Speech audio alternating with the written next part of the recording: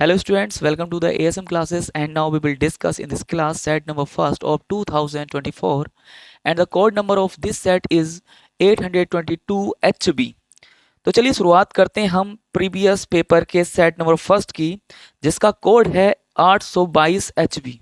चलिए शुरुआत करते हैं हम उन 20 क्वेश्चन से जो 20 क्वेश्चन ऑब्जेक्टिव टाइप में पूछे जाते हैं और ज़्यादातर बच्चे इन क्वेश्चन को गलत करके आते हैं। क्यों? क्योंकि यहाँ पर आंसर हाँ में है या फिर ना में है, क्योंकि यहाँ पर बबल फिल करने होते हैं और बबल फिल करने का मतलब है आंसर राइट होगा या फिर रॉन्ग होगा। तो चलिए शुरुआत करते हैं क्वेश्चन नंबर फर्स्ट से। क्वेश्चन नंबर फर्स्ट है, यहाँ पर देखिए आपकी स्क्रीन पर दिख रहा होगा कि एक त्रिघात बहुपद के अधिक से अधिक शून्यांकों की संख्या कितनी होगी। पहला ऑप्शन है 4, दूसरा ऑप्शन है 3 और सी ऑप्शन है 2 और डी ऑप्शन है 1। तो देखिए आपको मैं बताऊं कि अगर कोई बहुपद लिखा हुआ है और बहुपद की घात 3 है तो इसके जो शून्यांक होंगे वो कितने होंगे। किसी भी बहुपद के जो शून्यांक होते हैं, मतलब जो सॉल्यूशन होते हैं, मतलब जो जीरोज होते हैं, जो एक्स के मान आते हैं उतने आते हैं जितनी मैक्सिमम घात होती है। यहाँ पर मैक्सिमम मतलब अधिक से अधिक घात कितनी है, 3। तो इसके जीरोज मतलब एक्स के मान कितने आएंगे, 3 आएंगे।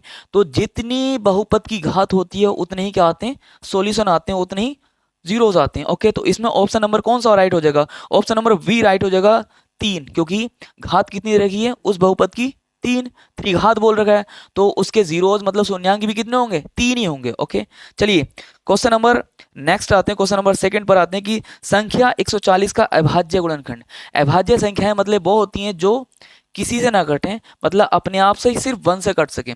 तो 140 क्वेश्चन नंबर 2 पर आ गए ना, तो 140 लिखते हैं यहाँ पर। 140 के क्या अभाज्य गुणनखंड करने, तो इनके फैक्टर कर लो बेटे। सबसे पहले हम 2 से काटेंगे, 2 भी एक अभाज्य संख्या है बेटे। 2 2 सत्ते 14, 0 आ गया। फिर 2 से डिवाइड करिए, कितना आता है, 35 आता है। फिर कोई ऐसी संख्या ढूंढिए जो अभाज्य हो, मतलब 5 अभाज्य है या नहीं है। हाँ है, 5 सिर्फ अपने आप से कटता है या फिर 1 से कटता है। तो 5 से डिवाइड किया हमने बेटे, तो कितना आ गया यहाँ पर, 7। 7 भी क्या है, एक अभाज्य संख्या। तो मैं लिख सकता हूँ 140 को बेटे, 140 इज इक्वल टू 2 गुणा 2 गुणा 2, सॉरी 2 बार 2 आया था ना, फिर 5 इंटू 7। 2 कितनी बार आया, 2 बार आया ना, तो 2 बार आया हुआ है तो 2 की पावर 2 कर दिया है, इंटू 5 इंटू 7। ये इसके अभाज्य गुणनखंड है, मतलब 140 के अभाज्य गुणनखंड कितने आ गए, 2 की पावर 2 गुणा 5 गुणा 7। तो देखिए ऑप्शन देखते हैं। ऑप्शन नंबर फर्स्ट गलत है, ऑप्शन नंबर सेकंड गलत है, ऑप्शन नंबर सी जो है वो सही है। ओके, देखिए मैच कर गया ना। चलिए आते हैं क्वेश्चन नंबर 3 पर। क्वेश्चन नंबर 3 आपकी स्क्रीन पर लिखा हुआ है, देखिए भाज्य भाजक भागफल एवं शेषफल में संबंध होगा, और आपको 4 ऑप्शन दिख रहे होंगे। ठीक है, तो इस क्वेश्चन को सॉल्व करते हैं। क्वेश्चन नंबर 3 है बेटे। तो सबसे पहले हमें समझना होगा एक भाग के प्रश्न में भाजक क्या होता है, भाज्य क्या होता है, भागफल क्या होता है, शेषफल क्या होता है। तो आपको मैं बताऊं, जो बीच में लिखा हुआ होता है यहाँ पर भाग के प्रश्न में, उसे बोलते हैं भाज्य। इस बात को समझना है बेटे हमें अच्छे से। यहाँ पर जो लिखा हुआ होता है उसे बोलते हैं भाजक। और आपका अगर ये याद नहीं है तो समझो इस क्वेश्चन को कर नहीं पाएंगे। ठीक है, वन लाइनर क्वेश्चन है, याद करनी होगा ये। और यहाँ पर जो आता है वो आता है भागफल, और यहाँ पर जो आता है वो आता है क्या, शेषफल। ओके, अगर आपको मैं एक एग्जाम्पल लेके बताऊं तो यहाँ पर मैं अगर 3 से भाग करता हूँ किसको, 13 को, तो भाग करने के बाद भागफल कितना आता है, 4। 4 तिया 12। यहाँ पर कितना आता है बेटे, यहाँ पर आता है कितना, 1 बचता है, और ये क्या हो जाता है, शेष। तो अगर बचपन में आपने पढ़ा हो कि जब टीचर कराते थे कि उत्तर की जांच करिए, मतलब आंसर सही है कि गलत है, तो हम लोग क्या करते थे, इसकी गुणा इससे करते थे और इसे जोड़ देते थे। तो वो किसके बराबर आती थी संख्या, इसके भाज्य के बराबर आती थी, मतलब जो यहाँ पे लिखी हुई होती संख्या। करिए देखिए, करते हैं, चलिए इसकी गुणा इससे करते हैं, तो 3 गुणा 4 प्लस ये क्या करते थे, 1 जोड़ देते थे। 4 तिया 12 प्लस 1 कितना आ गया, 13। तो इसका मतलब कह सकते हैं कि इसकी गुणा इससे करने के बाद और इसे जोड़ने के बाद वो किसके बराबर आएगी, संख्या जो आएगी वो यहाँ पर लिखी संख्या के बराबर आएगी। तो हम कह सकते हैं अगर हम इन दोनों की गुणा करें और इसे जोड़ दें तो वो किसके बराबर आना चाहिए, भाज्य के बराबर आना चाहिए। तो हम लिख सकते हैं भाज्य के बराबर क्या आना चाहिए, भाज्य के बराबर आना चाहिए इसकी गुणा इससे। तो यहाँ पर क्या होगा बेटे, भाजक गुणा भागफल, भागफल प्लस शेषफल। ओके, दिख रहा है ना। तो ये भागफल को गुणा पहले लिख दो, इसे बाद में लिख दो, बात एक ही, गुणा में आगे लिख दो या पीछे लिख दो, बात एक ही होती है। तो जो ऑप्शन इसमें राइट है तो वो राइट होगा। ऑप्शन नंबर फर्स्ट राइट है क्या? गलत है। इसमें भाजक को जोड़ लेना, गलत है। ऑप्शन नंबर बी, भाजक बराबर भाज्य गुणा भागफल प्लस शेषफल, गलत है। भाज्य में गुणा नहीं होती है और भाजक के बराबर नहीं होता, भाज्य के बराबर होता है। ओके, ऑप्शन नंबर थ्री, भाज्य बराबर भाजक गुणा भागफल, भाजक गुणा भागफल प्लस आगे क्या लिखा हुआ है? शेषफल। बिल्कुल, very good, option number C is the right option. Okay, चलिए आते हैं क्वेश्चन नंबर 4 पर। क्वेश्चन नंबर 4 आपकी स्क्रीन पर लिखा हुआ है कि रैखिक समीकरण x plus 2y plus 5 is equal to 0 तथा minus 3x minus 6y plus 1 is equal to 0 के युग्म का हल होगा। ऑप्शन नंबर ए में है आदित्य, ऑप्शन नंबर बी में है 2, ऑप्शन नंबर सी में है अपरिमित रूप से अनेक हल, ऑप्शन नंबर डी में है उपयुक्त में से कोई नहीं। तो सबसे पहले हम यहाँ पर दो समीकरण लिखेंगे, x प्लस 2y प्लस 5 जो समीकरण दे रखी है, ठीक है। और दूसरी समीकरण है minus 3x minus 6y plus 1 is equal to 0। तो देखिए कंपैरिजन करते हैं, तो यहाँ पर जो x पहली समीकरण में जो कंपैरिजन करते हैं इस चैप्टर में, ओके, सबसे पहले तो हमें यहाँ पर ये देखना है कि भाई साहब ये कौन से चैप्टर से लिया हुआ है। तो कौन से चैप्टर से? ये दो चर वाले रैखिक समीकरण युग्म पढ़ा है ना चैप्टर, हाँ, तो उसी चैप्टर से। तो हम कंपैरिजन करते हैं, तो a1 का मान कितना आ जाता है बेटे? पढ़ा है सबने, 1। v1 का मान कितना आ जाता है? y के आगे गुणांक होता है प्लस 2। c1 का मान कितना आ जाता है बेटे? 5। ओके, अब उसके बाद देखिए इस इक्वेशन की कंपैरिजन करते हैं, तो a2, तो a2 एक काम करिए इसके नीचे लिखिए, a2 बराबर कितना आएगा बेटे? माइनस 3। v2 कितना आएगा बेटे? माइनस 6। एंड c2 कितना आएगा बेटे? प्लस 1। ओके, अब देखिए अनुपात अगर मैं लेता हूं तो a1 अपॉन a2 कितना आता है? आप बोलेंगे sir 1 upon minus 3। v1 upon v2 अगर मैं लेता हूं तो कितना आता है? 2 अपॉन 3, ओ सॉरी 2 अपॉन 6, वही माइनस के, दो ही कन दो, दो धुनी दो तिया आते हैं बेटे। तो यहां पर आएगा 1 बटे माइनस 3। अब अगर मैं c1 अपॉन c2 लेता हूं तो कितना आता है बेटे? 5 अपॉन 1। ठीक, अब देखो मुझे दिख रहा है ये और ये बराबर है, लेकिन ये बराबर नहीं है, किसके? इन दोनों के बराबर नहीं है। तो यहां पर क्या क्या चीज बराबर है? a1 अपॉन a2 बराबर है b1 अपॉन b2 के, और बराबर नहीं है क्या? c1 अपॉन c2 के। और बेटे ये कंडीशन कौन सी वाली आती है? समांतर वाली कंडीशन आती है, आती कि नहीं आती है? समांतर वाली। और मैंने क्या कहा था कि समांतर, जब दो लाइनें समांतर होती हैं क्या उनके कोई हल होते हैं? कोई हल नहीं होता उनका। क्या होता है?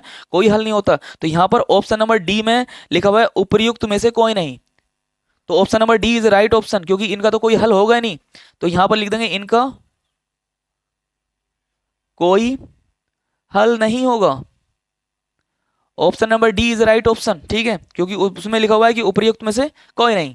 चलिए आते हैं क्वेश्चन नंबर 5 पर। चलिए आते हैं क्वेश्चन नंबर 5 पर। क्वेश्चन नंबर 5 आपके स्क्रीन पर लिखा हुआ है, क्या है देखिए, समांतर श्रेणी -5 कोमा -1 कोमा 3 कोमा से 1 का सर्वांतर होगा। सर्वांतर मतलब ये क्वेश्चन समांतर श्रेणी में जा चुका है, 5वें चैप्टर में जा चुका है। ओके, जिसमें डी भी होता था, ए भी होता था, एन भी होता था, एस एन भी होता था। फिलहाल यहाँ पर डी पूछा है। डी क्या होता था? अगले पद में से पिछला पद घटाना। आपको सबको आ रहा है ना याद? चलिए, तो यहाँ पर अगर मैं समांतर श्रेणी लिखता हूँ तो कितनी आए? -5 कोमा -1 कोमा 3 कोमा 7। डी निकालना है, तो डी मैंने कैसे करता था? अगले पद में से पिछला पद घटाता था। -1 लिखा, माइनस ही अपनी तरफ से लगाया, और इस पद को क्या कर देंगे? घटा देंगे। ओके, तो बराबर -1 minus minus plus 5। Okay, is equal to कितना आएगा? देखो भाई यहाँ पर क्या है? -1 है और यहाँ पर +5 है।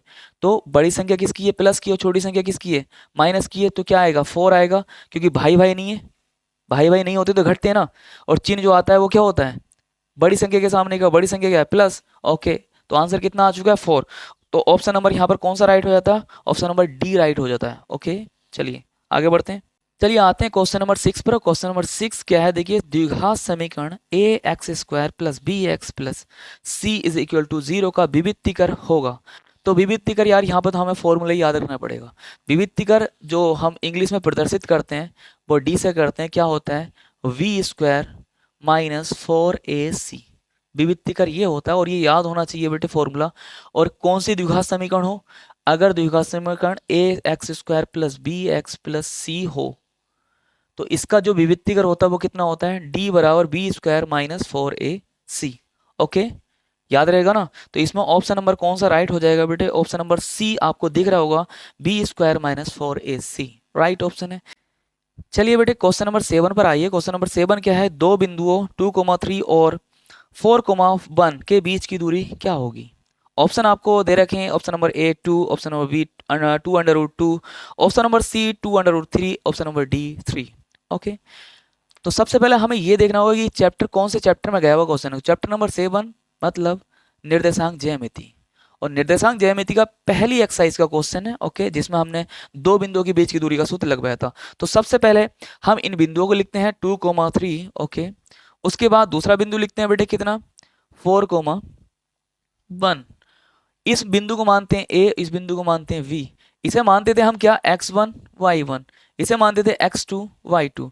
तो बीच की दूरी हमारी हो जाएगी A B is equal to under root x2 माइनस x1 का whole square plus y2 minus y1 का होल स्क्वायर। ओके, अब देखिए, अब बेटे x2 का मान कौन सा है, 4। 4 में से कितना जाएगा, x1 कितना भाई साहब 2 स्क्वायर प्लस y2 कितना 1 माइनस y1 कितना है बेटे, y1 ये है ना 3। तो ये माइनस, बीच में माइनस आता है ऑलरेडी, माइनस इसलिए लगा हुआ है। कभी सोचो कि सर 3 तो माइनस का था भी नहीं, भाई साहब बीच में फॉर्मूले में माइनस आता है इसलिए लगाया हुआ है। आगे देखिए, 4 में से 2 जाएगा तो बेटे कितना बचेगा, यहाँ पर 2 ही बचेगा ना, स्क्वायर यहाँ पर लगा दिया। प्लस 1 में से 3 जाएगा, जाएगा नहीं ना। यहाँ पर देखिए, इसके आगे प्लस है, इसके आगे माइनस है, भाई भाई नहीं है ना। भाई भाई नहीं है मतलब एक जगह प्लस एक जगह माइनस है, वो भाई भाई नहीं होते। और जब भाई भाई नहीं होते तो क्या होते हैं, घटते हैं। घटेगा कितना आएगा, -2, क्योंकि चिन्ह जो आता है बड़ी संख्या के सामने क्या आता है, बड़ी संख्या के सामने क्या था, माइनस। ओके, स्क्वायर कर दिया। यहाँ पर बेटे देखिए, 2 का स्क्वायर कितना आएगा 4, और 2 का स्क्वायर कितना आएगा 4। 2 का स्क्वायर का मतलब होता है भाई साहब 2 की 2 बार गुणा करना। तो जब 2 की 2 बार गुणा करेंगे, 2 गुणा -2, तो माइनस माइनस प्लस हो जाएगा ना। कई बच्चों का यहाँ पर ये कंफ्यूजन होता है कि सर ये माइनस कहाँ गया, भाई साहब इसका मतलब, स्क्वायर का मतलब होता है जो भी अंदर संख्या लिखी हुई है उसकी 2 बार गुणा करना। 2 से गुणा करना नहीं, 2 बार गुणा करना। -2 गुणा -2, माइनस माइनस प्लस, इसलिए प्लस हो जाता है। ओके, चलिए आगे बढ़ते हैं। कितना आ गया, √8। अब √8 को मैंने कई बार बच्चों से समझाया भी है और मैं कराता हूँ इसी तरह से कि बेटे हमें इसे कैसे ब्रेक करना है कि एक पूर्ण वर्ग संख्या होनी चाहिए। पूर्ण वर्ग मतलब बोले जिसका वर्गमूल आसानी से निकल जाए। जैसे इसे मैं कर सकता हूँ 4 × 2, 8 को लिख सकता हूँ ना अंदर अंदर 4 × 2, तो 4 का वर्गमूल कितना आ जाएगा 2। तो इसका मतलब हम ये कहेंगे 4 का बाहर कितना आ जाएगा 2, तो 4 का कितना आ जाएगा बाहर 2, तो अंदर कितना रह जाएगा भाई साहब 2। तो आंसर कितना आ गया 2√2। समझ में आई कहानी, बिल्कुल। तो ऑप्शन नंबर कौन सा राइट हो गया बताएं मुझे। Option number B is the right option. क्या है ऑप्शन, 2√2। देखिए, चलिए आते हैं क्वेश्चन नंबर 8 पर। और क्वेश्चन नंबर 8 क्या है कि यदि द्विघात समीकरण 3x² - 12x + m बराबर 0 के मूल बराबर हो तो m का मान क्या होगा। तो मूल बराबर होने की कंडीशन मैंने लिखवाई थी या नहीं लिखवाई थी, बिल्कुल लिखवाई थी ना। तो आप सबने बता देना कि सर मूल बराबर होने की कंडीशन क्या होती है। तो पहले तो मैं इक्वेशन लिखता हूँ बेटे, यहाँ पर आपको स्क्रीन पर दिख रही होगी वैसे भी, चलो एक बार और लिख देता हूँ मैं। 12x + m is equal to 0, condition दे रखी है इसके मूल बराबर है। और मूल बराबर होने की कंडीशन बेटे होती है v², यहाँ पर लिख देते हैं मूल बराबर होने की कंडीशन। ओके, क्या होती है बेटे आप बताएं, b² - 4ac बराबर 0। 3 कंडीशन लिखवाई थी बेटे, अगर जाकर देखो प्रीवियस क्वेश्चन, प्रीवियस क्लासेस में। तो चलिए b का मान जो होता है यहाँ पर अगर देखें तो b का मान क्या आएगा बेटे, तो v का मान चलिए इधर लिख देता हूँ, आप बताएं b का मान कितना है। सबसे पहले a का मान, a बराबर कितना 3, b बराबर बेटे जो x के आगे लिखा हुआ होता है कितना -12, c का मान कितना है m, दिख रहा है ना आपको यहाँ पर ही। चलिए तो अभी मैं क्या करूंगा, b का मान कितना है -12,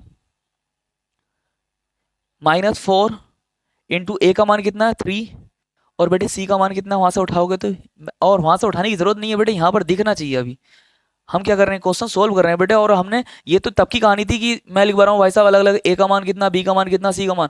अब तो हम लास्ट स्टेज पे पहुंच गए यार। अब भी ये करना पड़ेगा कि यहाँ पर मुझे बताना पड़ेगा a का मान क्या है, b का मान क्या है, c का मान क्या है। अब तो आना चाहिए ना। चलिए c का मान कितना m बराबर 0। ओके, जब इसकी गुणा करेंगे 2 बार तो बेटे कितना आएगा 144 - 4 × 12 m बराबर 0। इन भाई साहब को उठाकर नदिया के पार लेके जाओ। 144 बराबर नदी के पार जब जाते हैं मतलब बराबर के चिन्ह के उधर जाते हैं तो जो प्लस का होता है माइनस का होता है, जो माइनस का होता है वो प्लस का हो जाता है। फिलहाल 12m प्लस में पहुंचा। अब 12 से भी इसे काटेंगे तो कितनी बार जाएगा बेटे, 12 ही बार जाएगा, तो 12 बराबर कितना हो जाएगा m। तो m का मान कितना आ चुका है बेटे आपके हिसाब से 12, और मेरे हिसाब से भी 12 और क्वेश्चन के हिसाब से भी 12। ओके, तो चलिए यहाँ पर ऑप्शन कौन सा राइट है बेटे, option number D is right option. चलिए आते हैं क्वेश्चन नंबर 9 पर। क्वेश्चन नंबर 9 क्या है, आपकी स्क्रीन पर लिखा हुआ है, देखिए पढ़ रहा हूं मैं कि एक समबाहु त्रिभुज ए बी सी की भुजाएं 2a हैं। समबाहु त्रिभुज बोले तो जिसकी तीनों भुजाएं क्या हों, बराबर हों, और यहाँ पर तीनों भुजाएं की लंबाई कितनी दे रखी है, 2a 2a 2a। आगे क्या बोल रखा है, उसके प्रत्येक शीर्ष लंब की लंबाई क्या होगी। शीर्ष लंब बोले तो शीर्ष से डाला गया लंब। शीर्ष क्या होता है, शीर्ष हम बोलते हैं कोनों को। त्रिभुज के कितने कोने होते हैं, 3 कोने होते हैं, और 3 कोनों से कितने शीर्ष लंब डाले जा सकते हैं, 3 शीर्ष लंब डाले जा सकते हैं। तो उनकी लंबाइयां बताइए कि लंबाइयां क्या क्या होंगी। तो तीनों शीर्ष लंबों की लंबाइयां बराबर होंगी। फिलहाल अगर हमने एक शीर्ष लंब की लंबाई निकाल ली तो तीनों शीर्ष लंबों की लंबाई भी उतनी होंगी। फिलहाल हम यहाँ पर एक समबाहु त्रिभुज बनाते हैं। आपको जो दिख रहा है, देखिए ए है, ये बी है और ये सी है। आपको चाहे लगे ना लगे कि यहाँ पर तीनों भुजाएं बराबर हैं, फिलहाल इसकी हमने मानते हैं कि तीनों भुजाएं क्या हैं, बराबर हैं, और उनकी लंबाइयां क्या है बेटे, 2a 2a 2a। यहाँ से अगर इस कोने से शीर्ष डाला एक लंब डालता है तो ये शीर्ष लंब हो गया, इस कोने से हम डालते हैं एक लंब, वो भी शीर्ष लंब हो गया, और इस कोने से डालते हैं एक लंब, तो ये भी शीर्ष लंब हो गया। फिलहाल हमने क्या करना है, एक शीर्ष लंब की लंबाई निकाल देनी है। फिलहाल एक डायग्राम और बना लेता हूं क्योंकि वहां पर ज्यादा कंफ्यूजन क्रिएट होगा। ठीक है, तो ये भी 2a ए हो गया, ये बी हो गया, ये सी हो गया, ये भी 2a, और ये भी, इसकी लंबाई भी यहां से यहां तक कितनी हो गई, 2a हो चुकी है। सिर्फ एक शीर्ष लंब डालिए, कौन से कोने से, ए कोने से। ठीक, अब जो शीर्ष लंब होते हैं ना समबाहु त्रिभुज के, एक फैक्ट होता है, जो शीर्ष लंब होते हैं समबाहु त्रिभुज के, वो सामने वाली भुजा को आधा आधा करते हैं। तो ये शीर्ष लंब जो है, सामने वाली भुजा ये है ना, तो इसे क्या करेगा, आधा आधा करेगा। मतलब यहां तक भी लंबाई भी कितनी हो जाएगी, a, और यहां तक की लंबाई भी कितनी हो जाएगी, a, क्योंकि टोटल लंबाई कितनी थी, 2a थी, और इसे मानिए कितना, ad। तो आप एक बात मानते हो, क्या बात मानते हो, कि ये वाला त्रिभुज ए बी डी कैसा बन गया, समकोण त्रिभुज बन गया। समकोण त्रिभुज बोले तो जिसमें एक 90 डिग्री का कोण हो, और ये 90 डिग्री का कोण हो गया ना, लंब डाला तो लंब तो भाई साहब 90 डिग्री का कोण बनाता है, तो ये लंब हमारा हो गया 90 डिग्री का कोण। हम यहाँ पर पीजीपी लगा सकते हैं, मतलब कौन से त्रिभुज में, त्रिभुज ए बी डी में, किससे, पीजीपी से, मतलब पाइथागोरस प्रमेय से। उसके बाद क्या होता है, कर्ण का स्क्वायर बराबर ए का स्क्वायर प्लस एल का स्क्वायर। यहाँ पर अगर बात करता हूं तो कर्ण ये है, लंब ये है, और आधार ये है, तो कर्ण कितना है, 2a का स्क्वायर हो जाएगा बेटे, बराबर आधार कितना है, यहाँ से यहाँ तक की लंबाई बेटे कितनी है, a का स्क्वायर हो गया, प्लस एल मतलब ad, यही तो शीर्ष लंब है, तो यहाँ पर ad का स्क्वायर करिए। ओके, कर लिया। 2a का जब स्क्वायर करते हैं 2 दूनी होता 4, a का स्क्वायर कर नहीं सकते तो a के ऊपर ऐसे स्क्वायर लगाइए, बराबर यहाँ पर a स्क्वायर ऐसे रहने दीजिए, प्लस ad का स्क्वायर। इन भाई साहब को उठा के इधर लेके आए तो 4a square minus a square बराबर ad का स्क्वायर। ठीक है, अब यहाँ पर कितना बचा बेटे बताएं आप, यहाँ पर बचा 3a का स्क्वायर। यहाँ पर लिख देता हूँ, देखिए यहाँ पर कितना बचा, 3a का स्क्वायर, क्योंकि 4a स्क्वायर में से एक a स्क्वायर जाएगा तो 3a स्क्वायर बचेगा। अब यहाँ पर कितना हो गया, ad का स्क्वायर। अब देखिए इधर से स्क्वायर हटेगा तो बेटे इधर अंडर रूट चढ़ेगा, ये फैक्ट है। तो चलिए यहाँ पर अंडर रूट चढ़ाते हैं, 3a स्क्वायर बराबर ad, इधर से स्क्वायर खत्म। अब देखिए आगे, अब बेटे 3 का तो वर्गमूल ले नहीं सकते, लेकिन यहाँ पर a पर स्क्वायर चढ़वा और स्क्वायर से अंडर रूट हट जाता है, सभी को पता होना चाहिए इस बात को। तो a से इस a से क्या हट जाएगा, स्क्वायर हटेगा, लेकिन a से स्क्वायर हटेगा, a स्क्वायर से स्क्वायर मतलब अंडर रूट हटेगा, लेकिन किसका हटेगा, केवल a का ही हटेगा, 3 में तो अंडर रूट रहेगा ही रहेगा। तो यहाँ पर क्या हो जाएगा बेटे, अब मैं लिखूं तो a is equal to, a तो बाहर आ जाएगा और यहाँ पर 3 अंदर ही रह जाएगा। तो इसमें क्या ऑप्शन कुछ दिख रहा है, ऐसा कुछ, हाँ दिख रहा है, ऑप्शन नंबर सी दिख रहा है, ऐसा a under root 3 is a right option. समझ में आया ना यार, समझ में आया हो तो चलिए बढ़ते हैं अगले क्वेश्चन। चलिए आते हैं क्वेश्चन नंबर 10 पर। क्वेश्चन नंबर 10 है, निम्नलिखित सारणी का माध्य निकालिए। ठीक है, माध्य निकालना है इसमें भाई साहब। वर्ग अंतराल दे रखा है 1 से 5, 3 से 5 और फिर कितना देखा, 5 से 7, 7 से 9, 9 से 11, फिर इसकी बारंबारता भी दे रखी है। चलिए स्टार्ट करते हैं। लेकिन यहाँ पर एक करेक्शन है यार, 1 से 5 नहीं होगा, यहाँ पर 1 से 3 है। ठीक है, जो पहला वर्ग अंतराल है 1 से 5 वहां पर कर लीजिए 1 से 3। तो यहाँ पर चलिए सारणी बनाता हूं मैं।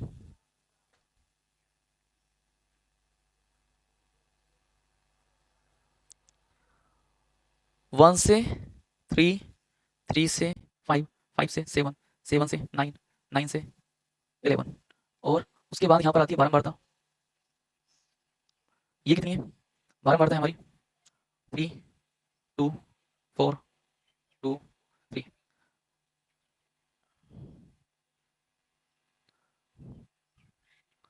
इसके बाद देखिए दो बॉक्स और बनते हैं, एक एक्स वाला बॉक्स बनता है और एक एफ इंटू एक्स वाला बॉक्स बनता है। एक्स वाले बॉक्स में कैसे फिल करते हैं, इन दोनों को जोड़ते हैं और इन दोनों को जोड़ने के बाद आधा कर देते हैं। तो 3 और 1 4, 4 का आधा कितना हो जाता है, 2 हो जाता है। 5 3 8, 8 का आधा कितना होता है, 4। फिर 7 5 कितना होता है, 12, 12 का आधा कितना होता है, 6। फिर उसके बाद 9 और 7 16, 16 का आधा कितना होता है, 8। फिर उसके बाद देखिए 11 और 9, आपको पता है ना 11 और 9 कितने होते हैं, 20, 20 का आधा कितना होता है, 10। ओके, यहाँ पर देखिए एफ इंटू एक्स, मतलब एफ एफ बोलते हैं हम इसे बारंबारता को। अब एफ इंटू एक्स मतलब दोनों की गुणा करके लिखना है, 3 दूनी 6, इन दोनों की गुणा, इन दोनों की गुणा 4 दूनी 8, इन दोनों की गुणा कितना होगा बेटे, बताओ मुझे। 4 चौक सॉरी 4 छंग 24, ओके बेटे। 8 दूनी 16, फिर यहाँ पर बेटे कितना आएगा, 10 तिया 30।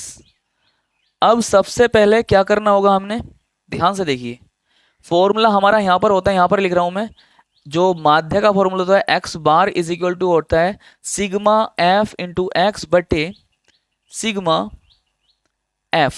ठीक है, तो सिग्मा मतलब होता है योग, तो एफ इंटू एक्स का योग चाहिए, मतलब यहाँ पर योग कर देंगे एफ इंटू एक्स बराबर जो भी आएगा देखेंगे अभी। फिलहाल इसका भी योग चाहिए मुझे एफ, तो देखिए योग करते हैं।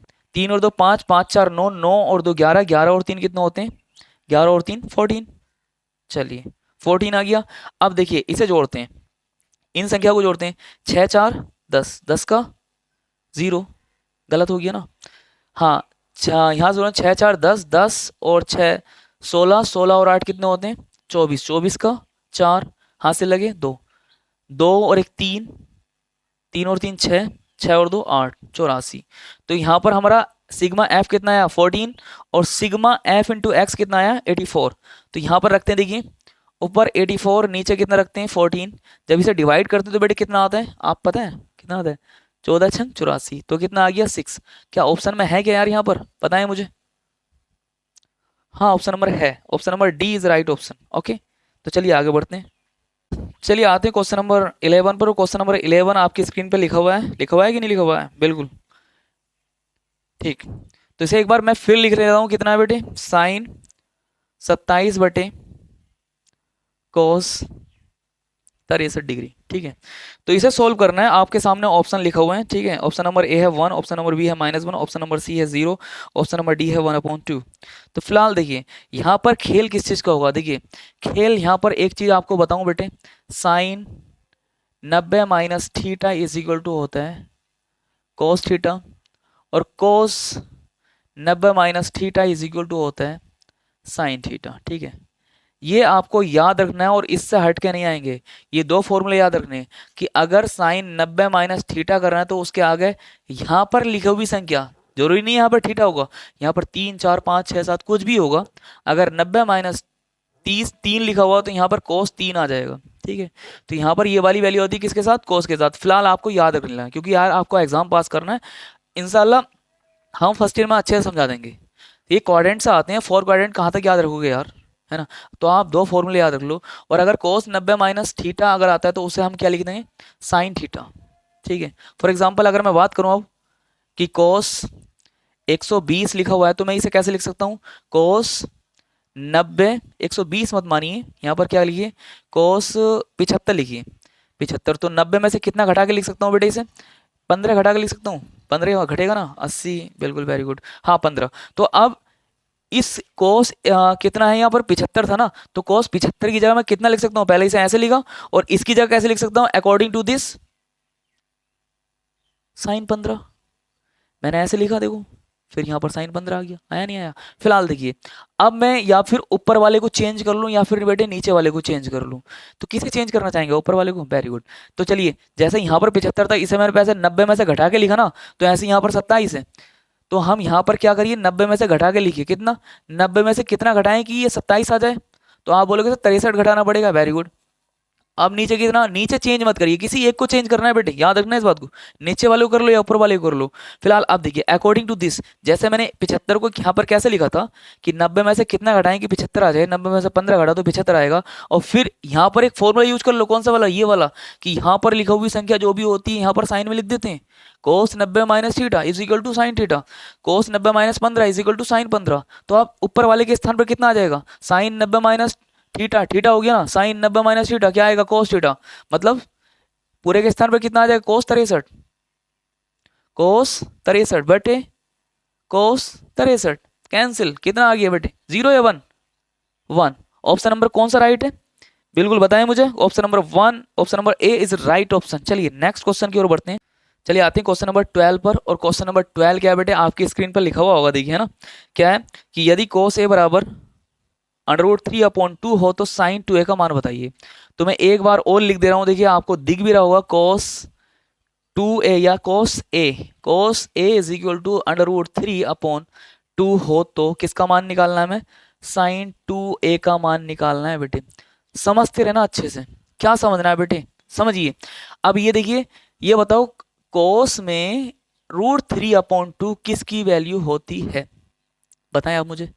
कोस में √3/2 किसकी वैल्यू होती है? आप मुझसे बोलोगे सर कोस 30 की होती है, तो मैं भी आपसे कहूँ कोस 30, तो इसकी जगह मैं कितना लिख सकता हूँ? इसकी जगह मैं कोस 30 लिख सकता हूँ, बिल्कुल, क्योंकि कोस 30 का मान कितना होता है? √3/2 ही तो होता है। अब मैं कह सकता हूँ भाई साहब कोस से कोस कैंसिल हो गया ना, तो a इज इक्वल टू कितना हो गया? 30 आ गया। अब a का मान कहाँ रखेंगे? इसकी जगह अंदर रख देंगे, ठीक है। तो हम देखते हैं साइन किसका मान निकालते हैं, इसका ही तो मान निकालते हैं। साइन इंटू कितना, a की जगह 30, तो साइन कितना हो गया यहाँ पर? बताएं बेटे। 60। तो बेटे साइन 60 का मान कितना पढ़ा है हमने? भाई साहब √3/2 ही पढ़ा है। आंसर आ चुके हैं। लेकिन एक बात ये मत सोचना कि भाई साहब ऐसा क्वेश्चन जब भी आएगा तो जो जिसका मान दिया होगा वही मान आएगा, ऐसा बिल्कुल नहीं। इत्तेफाक था भाई साहब, आ गया। अगर यहाँ tan 2a का मान पूछा जाता तो मसला गलत हो जाता, नहीं हो जाता? हाँ, किसी का ही मान पूछ सकता है यहाँ पर। यहाँ पर sin 2a इत्तेफाक था जो तुम्हें दे दिया, इसकी जगह कोसेक सेक कोट कुछ भी दे सकता है, तो वहां पर तो मान ये नहीं आएगा, फिर तो कुछ और आएगा। क्योंकि अगर tan दे देता, tan 60 का मान तो कुछ और होता है ना, ये तो नहीं होता ना। फिलहाल चलिए क्वेश्चन नंबर नेक्स्ट पर बढ़ते हैं। चलिए आते हैं क्वेश्चन नंबर 13 पर। क्वेश्चन नंबर 13 बेटे क्या है? आपकी स्क्रीन पर लिखा हुआ है 1 + tan स्क्वायर है अपॉन 1 + कॉट स्क्वायर है, ठीक है, इतना ही है ना। तो चलिए मैं लिख देता हूँ एक बार, 1 + कॉट स्क्वायर है, सॉरी 1 + tan स्क्वायर है यार, 1 + tan स्क्वायर है अपॉन 1 + कॉट स्क्वायर है। ओके, देखिए मैंने फॉर्मूला लिखवाए थे आपको कि 1 + tan स्क्वायर थीटा होता है सेक स्क्वायर थीटा, और 1 + कॉट स्क्वायर थीटा होता है बेटे कितना? Cosec square theta. तो बेटे 1 + tan स्क्वायर a की जगह क्या रख सकता हूँ? सेक स्क्वायर है। वहां पर थीटा में फॉर्मूला लिखा हुआ है, तो फॉर्मूला ही तो लिखा हुआ है भाई साहब ऊपर। नीचे क्या लिख सकता हूँ? कोसेक स्क्वायर है। अब मैं कोसेक स्क्वायर ए को कैसे लिखता हूँ और सेक स्क्वायर ए कैसे लिख सकता हूँ? क्योंकि मैंने पढ़ा रखा है sec theta is equal to होता है 1/cos थीटा, और कोसेक थीटा क्या होता है? 1/sin theta. तो ऊपर वाले के स्थान पर कितना लिख सकता हूँ बेटे? 1/cos स्क्वायर ए, नीचे वाले के स्थान पर 1/sin स्क्वायर ए। और जब इसे पलटेंगे तो ये नीचे वाला जो हर होता है बेटे वो पलट जाता है, ऊपर वाला तो सेम रहता है ऐसे ही। cos स्क्वायर ए गुणा साइन स्क्वायर ऊपर पहुंच जाएगा ना, नीचे 1 आ जाएगा। अब अगर मैं आपस में गुणा करके लिख दूं, 1 की गुणा cos स्क्वायर से होगी, 1 की गुणा साइन स्क्वायर से होगी, तो कितना आ जाएगा? साइन स्क्वायर ए अपॉन cos स्क्वायर ए। और बेटे साइन ए अपॉन cos ए क्या होता है? tan ए। यहाँ पर स्क्वायर तो लगा हुआ है, तो कितना हो जाएगा? tan स्क्वायर ए। ऑप्शन में है किसी? देखते हैं क्या है यार। Option number D is right option. Okay, चलिए बढ़ते हैं आगे। चलिए आते हैं क्वेश्चन नंबर 14 पर। क्वेश्चन नंबर 14 क्या है? देखिए आपकी स्क्रीन पर लिखा हुआ है sin 2a is equal to 2 sin a सत्य होगा जब ए किसके बराबर होगा। ऑप्शन 4 दे रखे हैं यहाँ पर। ऑप्शन नंबर ए दे रखा है 0 डिग्री, ऑप्शन बी दे रखा है 30 डिग्री, ऑप्शन सी दे रखा है 45 डिग्री, ऑप्शन सी डी दे रखा है 60 डिग्री। फिलहाल देखिए क्वेश्चन 14 आपकी स्क्रीन पर सॉल्यूशन होने वाला है। देखिए इसका क्या है, देखिए sign 2a is equal to कितना है बेटे, 2 साइन a। तो यहां पर a की वैल्यू पूछी है। आप सभी को मैंने लिखवाया था एक फॉर्मूला कि sine 2 theta is equal to होता है 2 sine theta into cos theta. मतलब यहां पर एंगल दुगना होता है 2 थीटा के साथ लिखा हुआ, तो इसे हम कैसे लिख सकते हैं, 2 बाहर लिख के एंगल आधा करके लिख सकते हैं। मतलब 2 थीटा था यहाँ पर sign theta into cos theta. तो इसके स्थान पर कितना आ जाएगा, 2 इंटू कितना आएगा बेटे, 2 into sine theta into theta नहीं आएगा बेटे, ए में लिखा हो तो ए आएगा ना, cos A is equal to 2 sine A. Sine A से साइन ए कैंसिल, 2 से 2 कैंसिल, यहां पर कितना आ गया, कोस ए इज इक्वल टू 1। आगे कि नहीं आ गया। अब ये बताएं कि कोस में 1 जो होती है वो किसकी वैल्यू होती है, 1 किसकी वैल्यू होती है, सिर्फ कोस में। तो आप बोलोगे सर कोस 0 की वैल्यू होती है, वेरी गुड। तो यहां पर मैं कोस ए लिखूंगा, लेकिन 1 के स्थान पर कितने लिख सकता हूं, कोस 0 लिख सकता हूं, लिख सकता हूँ कोस 0। क्यों लिख सकता हूँ कि 1 किसकी वैल्यू होती है, कोस 0 की वैल्यू होती है, तो 1 के स्थान पर कोस 0 लिख सकता हूँ। तो आप बोलोगे सर साइन 90 क्यों नहीं लिखा, साइन 90 की वैल्यू तो 1 होती है, क्योंकि मुझे यहाँ से कोस कैंसिल करना था। साइन 90 लिखने में कोई प्रॉब्लम नहीं है, लेकिन फिर साइन से कोस कैंसिल नहीं होता, हटता नहीं, इसलिए मुझे यहाँ पर कोस में ही लिखना पड़ा। तो बेटे कोस से कोस हट जाएगा, ए इज इक्वल टू कितना आ जाएगा, 0 डिग्री। ओके, तो ऑप्शन कौन सा राइट है यहाँ पर, ऑप्शन ए इज राइट, क्योंकि इसमें हम 0 देख रहे हैं। चलिए आगे क्वेश्चन नंबर 15 क्या है। तो देखिए क्वेश्चन नंबर 15 क्या है यहाँ पर कि 22 सेंटीमीटर परिधि वाले एक वृत्त के चतुर्थांश का क्षेत्रफल क्या होगा। ऑप्शन 4 यहाँ पर दे रखे हैं। फिलहाल देखिए परिधि कितनी दे रखी है यहाँ पर, अगर क्वेश्चन नंबर 15 की बात करता हूं तो यहाँ पर परिधि दे रखी है बेटे, परिधि, ये मार्कर भी नहीं चल रहे ना, चलिए चेंज कर दें, 22 सेंटीमीटर, ठीक है, मार्कर को क्या हो गया, 22 सेंटीमीटर। ओके, और वाले वृत्त के चतुर्थांश का, एक चतुर्थांश का ना, तो यहां पर पहली बात तो वृत्त बनाएंगे, है ना, वृत्त बनाओ पहले तो। ये हमने वृत्त बना लिया है, चतुर्थांश का मतलब 4 खाने, 4 खाने मतलब यहां पर कितना डिग्री का कोण हो जाएगा, 90 डिग्री का कोण। तो किसी एक का हमने क्या करना है, एरिया निकालना है, क्षेत्रफल निकालना है, हाँ क्षेत्रफल निकालना है।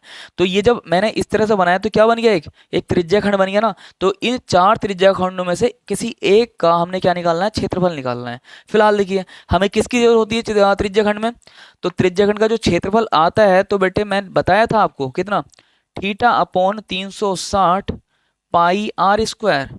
तो यहाँ पर त्रिज्या की जरूरत पड़ती है और थीटा की, थीटा तो 90 हो गया, त्रिज्या की जरूरत पड़ेगी, त्रिज्या के लिए उसने क्या दिया हुआ है, परिधि। और परिधि मैंने तुम्हें लिखवाया था, जो परिधि होती है, परिधि होती है वो कितनी होती है किसी वृत्त की, 2 पाई आर। परिधि बोले तो सरकमफ्रेंस, बोले तो बाउंड्री, इसकी लंबाई है ना, कितनी होती है 2 पाई आर। परिधि का मान कितना दे रखा, 22 लिखिए बराबर 2 पाई का मान 22 बट्टे कितना करेंगे हम, 7 इंटू आर। तो अब देखिए 22 से 22 को काटिए, इन भाई साहब को उठा के इधर लेके जाइए, तो क्या पहुंचेंगे, ऊपर पहुंचेंगे ना। 7 इज इक्वल टू कितना हो जाएगा, 2r, 2 गुणा में तो इधर किस में जाएगा, बटे में, तो r इज इक्वल टू कितना हो जाएगा बेटे, 7/2। तो आपको क्या निकालना है, किसी एक त्रिज्या खंड का क्षेत्रफल, इसे मानिए O, इसे मानिए A, इसे मानिए V, इसे मानिए C। तो आपको क्या निकालना है, अगर मैं यहां पर बताऊं तो एरिया ऑफ किसका, OABCO, OABCO कितना होगा, यहां पर लिख रहा हूं थीटा अपॉन 360 गुणा पाई आर स्क्वायर, ठीक है। तो चलिए वैल्यू रखते हैं हम, थीटा की वैल्यू कितनी है, 90। ओके, यहां पर 360 गुणा पाई का मान 22/7 गुणा आर का मान कितना है, आर का मान यहाँ 7/2 है, स्क्वायर लगा हुआ है तो इसलिए 2 बार लिखेंगे, 7/2 गुणा 7/2। 7 से ये 7 कैंसिल हो गया, 0 से 0, 9 चौक 36, ठीक है। 2 से काटेंगे कितनी बार कट जाएगा, 11 बार। अब इससे इसे मत काट देना बेटे, तो ऊपर जितने बचे हुए हैं उनकी गुणा कर लीजिए, 11 सत्ते 77, और नीचे जितने बचे हुए हैं 4 बचे हुए हैं और ये 2, 4 दूनी 8 सेंटीमीटर स्क्वायर। ऑप्शन में है, देखिए है, मुझे तो लग रहा है। कौन सा option? Option number C is right option. Okay, देखिए क्वेश्चन नंबर 16 क्या है? कैप्सूल एक संयोजन है किसका? ऑप्शन नंबर ए 2 शंकुओं का, ऑप्शन नंबर बी एक बेलन एवं 2 अर्धगोलों का, ऑप्शन नंबर सी एक बेलन एवं अर्धगोले का, ऑप्शन नंबर डी एक बेलन एवं 2 गोलों का। फिलहाल हम यहाँ पर एक कैप्सूल बनाते हैं। आप सब ने देखा कैप्सूल कैसा होता है, फिलहाल मैं बनाने की कोशिश करता हूँ। तो कैप्सूल यहाँ से एक क्वेश्चन में आया भी था, फिलहाल मैं बनाने की कोशिश कर रहा हूँ। यहाँ से यहाँ तक जो होता है वो एक बेलन होता है, और ये एक अर्धगोला होता है, ये भी एक अर्धगोला होता है। तो इन्हें चिपकाएंगे तो पूरा गोला हो जाएगा। फिलहाल जो कैप्सूल बना है वो 2 अर्धगोलों से बना है और एक बेलन से। तो यहाँ पर ऑप्शन कौन सा राइट हो जाएगा? ऑप्शन नंबर वी राइट हो जाएगा, एक बेलन एवं 2 अर्धगोलों से। ओके, तो चलिए क्वेश्चन नंबर 17 पर आते हैं। ठीक है, देखिए क्वेश्चन नंबर 17 क्या है, आपकी स्क्रीन पर लिखा हुआ है, यदि कुछ आंकड़ों का माध्य कितना दिया हुआ है और बहुलक कितना 32 और 35 है, तो उनका माध्य ज्ञात करना है। माध्य ज्ञात करना है। ठीक है, फिलहाल देखिए यहाँ पर क्या दिया हुआ है, माध्य दिया हुआ है कितना बेटे? 32, और बहुलक दिया हुआ है कितना? बहुलक दिया हुआ है बेटे 35। ओके, क्या ज्ञात करना है? माध्य ज्ञात करना है। माध्यक, माध्यक बोलो या फिर माध्यिका बोलो, बात एक ही होती है। यहाँ पर बच्चे कंफ्यूज हो जाते हैं बहुत ज़्यादा। तो सबसे पहली बात, इन तीनों का एक रिलेशन होता है, उस रिलेशन को हमने याद करना है। क्या याद करना? ध्यान से मैं याद करने की कोशिश दिलवाता हूँ कि ट्रिक से आपके याद हो जाए।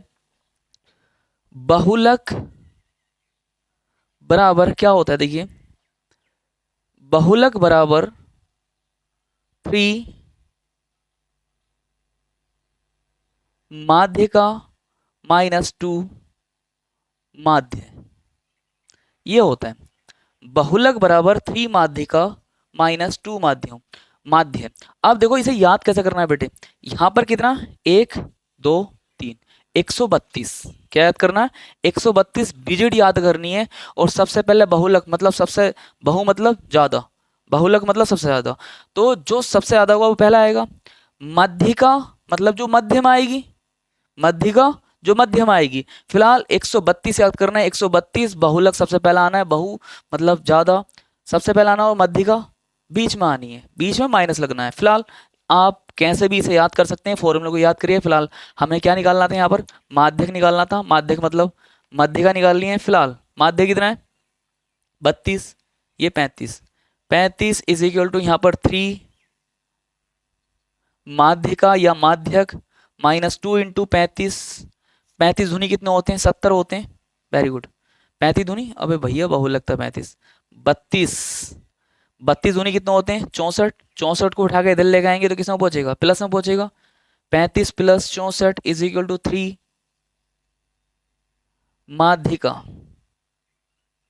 ठीक, फिलहाल 64, 4 5 9, 6 और 3, 6 और 3 भी 9 होते हैं, बराबर 3 माध्यिका। तो बेटे 3 से इसे काटेंगे तो कितनी बार कटेगा? 33 बार। तो माध्यिका बराबर कितना आ जाएगा? माना नहीं, तुम्हें भी पता है भैया कितना आएगा माध्यिका? 33। ओके, ऑप्शन में है क्या भैया? देखिए जरा, है भैया, option number D is right option. Question number देखिए 18, आपके व्हाइट बोर्ड पर लिखा हुआ है कि निम्नलिखित बारंबारता सारणी का बहुलक वर्ग याद कीजिए। बहुलक वर्ग दे रखा है, देखिए कितना? वर्ग अंतराल 0 से 5, और फिर 5 से 10, फिर 10 से 15, फिर 15 से 20, फिर 20 से 25। बारंबारता दे रखी है कि 8 7 18 19 6। तो यहाँ पर बोला गया है कि बहुलक वर्ग याद करना है।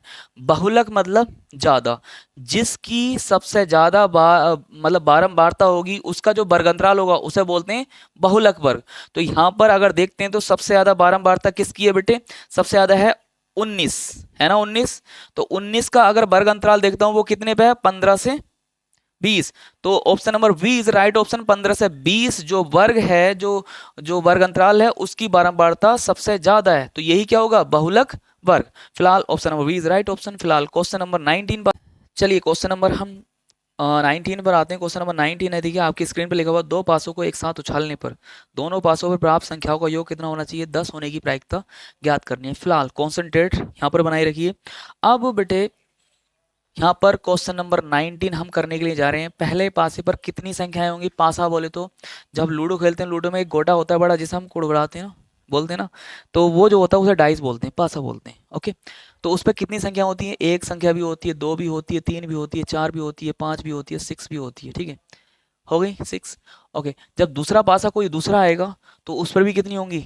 इतनी संख्याएं होंगी। वेरी गुड, कुछ छूट गया है ना, 4 छूट गया है, 5,6। ओके, अब अगर पहले पासे पर पहले और दोनों पासों को हम उछालते हैं तो क्या क्या आ सकता है? पहले पासे पर 1 आएगा, दूसरे पासे में भी 1 भी आ सकता है, 2 भी आ सकता है, 3 भी आ सकता है, 4 भी आ सकता है, 5 भी आ सकता है। पहले पासे पर 2 भी आ सकता है, कुछ भी आ सकता है भाई साहब। तो ऐसे कितने परिणाम आएंगे? तो अगर मैं देखता हूं तो इन सब की मैंने मल्टीप्लाई करना बताया था आपको, एक मल्टीप्लाई करना बताया। कैसी मल्टीप्लाई वो आपको बताते हैं। चलिए, पहले 1 से करेंगे सब की, तो यहां पर क्या आएगा बेटे? 1,1, 1,2, 1,3, 1,4, 1,5 और 1,6।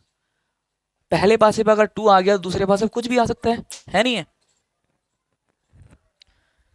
1, 2,2, 2,3, 2,4, 2,5, 2,6 और यहाँ पर कितना आएगा? 3,1, 3,2, 3,3, 3,4, 3,5, 3,6, 4,1, 4,2। इस 4 के साथ सबको करो।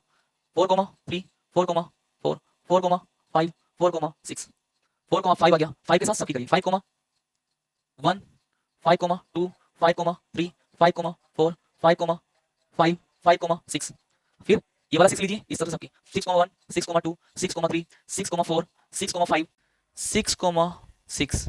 ओके, अब अगर देखें तो ये कितने परिणाम आ गए, तो हम गिनेंगे तो कितने आएंगे? 36 परिणाम हो गए। तो कुल परिणाम कितने हो गए बेटे? कुल परिणाम कितने आ गए कि दो पासों को उछाला जाएगा तो कितने परिणाम आ सकते हैं? इतने आ सकते हैं, इसके अलावा कोई नहीं आएगा। ठीक है, तो कितने आ गए? 36। अब उसने बोला है क्या कि किसके आने की प्रायिकता की दोनों संख्याओं पर कितनी, दोनों पासों की संख्याओं पर कितना प्राप्त होना चाहिए? 10 प्राप्त होना चाहिए। अगर मैंने देखो तो ये वाला जो बना है वो कौन से पासे का? पहले पासे का, और ये दूसरे पासे का। ये पहले पासे का है, दूसरे पासे का। फिलहाल दोनों संख्याओं का योग कितना होना चाहिए? 10। इनका तो 2 ही है यार, एक एक को जोड़ेंगे 2 ही है ना। तो अब ऐसे कौन से पेयर हैं यहाँ पर छाटो? 3,4 है नहीं है, 3 और 4 कितने? 7 होते हैं। फिलहाल छाटते हैं। अब 6,4, एक 6,4 होगा ना, 6 और 4 कितने होते हैं? 10। तो एक आएगा कितना? अगर अनुकूल परिणाम की बात करूं तो अनुकूल परिणाम कितने होंगे? परिणाम कितने होंगे? एक तो होगा 4,6, क्योंकि इनका भी योग कितना आ रहा है? 10। एक 6,4, ठीक है, 2 हो गए। Very good. अब और देखिए, और हो सकता है क्या? 5,5। Very good. एक कितना हो गया? 5,5। इनका भी योग कितना? ऐसे 3 परिणाम आ गए, ऐसे 3 परिणाम आ गए जिनके अंकों का योग कितना है बेटे? 10 है। फिलहाल अनुकूल परिणामों की संख्या कितनी है? अनुकूल परिणामों की संख्या बेटे कितनी हो गई? आप बोलोगे 3। प्रायिकता क्या होती है? प्रायिकता निकालते हैं, प्रोबेबिलिटी निकालते हैं। पी ई बराबर कितनी? अनुकूल परिणाम ऊपर आता है, अनुकूल मतलब कितने हो गए? 3 बटे नीचे 36। जब काटेंगे तो कितनी बार कट जाएगा? 12 बार। तो 1/12 is a right option. Okay, is right option. Question अच्छा था बेटे, ये तो ऑब्जेक्टिव टाइप में दे रखा था। क्वेश्चन अगर आएगा तो ये 2 नंबर से कम का नहीं आएगा। फिलहाल यहाँ पर मुझे लगता है ये रखना नहीं चाहिए था क्वेश्चन, हार्ड क्वेश्चन है यार, है नहीं है? फिलहाल लास्ट क्वेश्चन पे चलते हैं, क्वेश्चन नंबर 20 पर। देखिए क्वेश्चन 20 क्या है? एक पासे को एक बार फेंकने पर सम संख्या प्राप्त होने की प्रायिकता क्या होगी? पासे को, एक कोई पासे को फेंका जाता है, ठीक है। कभी सोचो यार 2 पासे को फेंका जा रहा है, तो केवल एक पासे की संख्याएं लिखो, उसमें सम संख्या आने की प्रायिकता कितनी है? तो कुल परिणाम कितने आएंगे? 6 ही होंगे। कुल परिणाम कितने होंगे, परिणामों की संख्या कितनी होगी, 6। बेटे इसे उठा नहीं रहे, कभी सोचो इस नंबर को उठा लिया हमने, ये टोटल गिना ना 1 2 3 4 5 6, तब 6 आया। यही आ सकते हैं, एक पास से कुछ चला आया, 1 आ सकता है, 2 आ सकता है, 3 आ सकता है, 4 आ सकता है, 5 आ सकता है, या फिर 6 आ सकता है। तो कुल परिणाम कितने आ सकते हैं, 6 आ सकते हैं। फिलहाल अनुकूल परिणामों की संख्या, अनुकूल परिणाम कौन कौन से होंगे बताओ, अनुकूल परिणाम मैं बताता हूं कौन कौन से होंगे। उसने बोला सम, तो सम होंगे, सम कितना, 2 भी हो सकता है, 4 और 6। तो अगर मैं देखूं इनकी कितनी संख्या है, 1 2 3, संख्या कितनी है इनकी, संख्या है बेटे 3, 1 2 3, 3 ही तो सम संख्या है ना। तो अब प्रोबेबिलिटी निकालनी है, पीई, तो ऊपर क्या आता है, मतलब अनुकूल परिणाम कितने, 3 है, कुल परिणाम 6, तो बराबर कितना, 1/2 आंसर। ओके, देखिए आज की क्लास में हम इतने क्वेश्चन रखते हैं फिलहाल। चलिए इस सेट को हम नेक्स्ट क्लास में कंप्लीट करेंगे। फिलहाल आज के लिए इतना ही, चलिए मिलते हैं छोटे से ब्रेक के बाद, सेम टाइम सेम जगह।